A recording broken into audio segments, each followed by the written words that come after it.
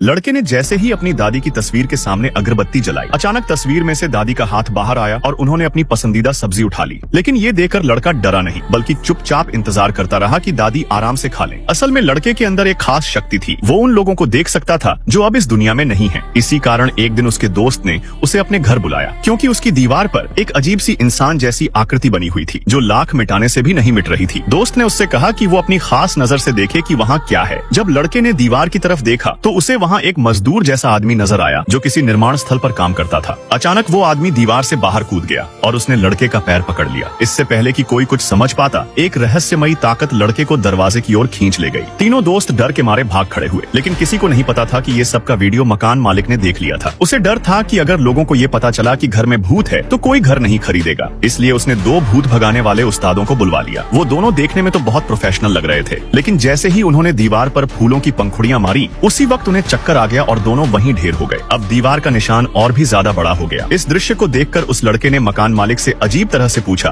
कि क्या किचन में आग है या नहीं। फिर वह बिना कुछ कहे किचन में घुस गया और एक खुशबूदार अंडा फ्राइड राइस बनाकर ले आया। उसे नहीं पता था कि यह काम करेगा या नहीं, लेकिन पिछली बार जब उसने उस मजदूर को देखा था तो उसके पास एक अधूरी फ्राइड राइस की प्लेट थी। लड़के ने अनुमान लगाया कि शायद अपनी जिंदगी में अचानक हुए हादसे की वजह से वह फ्राइड राइस पूरा नहीं खा पाया था। जैसे ही उसने ये बात कही, मजदूर अचानक प्रकट हुआ और फ्राइड राइस खाने लगा। जैसा कि लड़के ने सोचा था, मजदूर ने फ्राइड राइस खाने के बाद राहत की सांस ली और मुस्कुराया, और उसी वक्त दीवार का निशान भी गायब हो गया। ये सब मकान मालिक ने अपनी आंखों से देखा और वो बहुत प्रभावित हुआ। वो चाहता था कि लड़का उसके साथ लंबे समय तक काम करे, क्योंकि ऐसी भूतिया मकानों की संख्या उसके पास करीब 100 थी।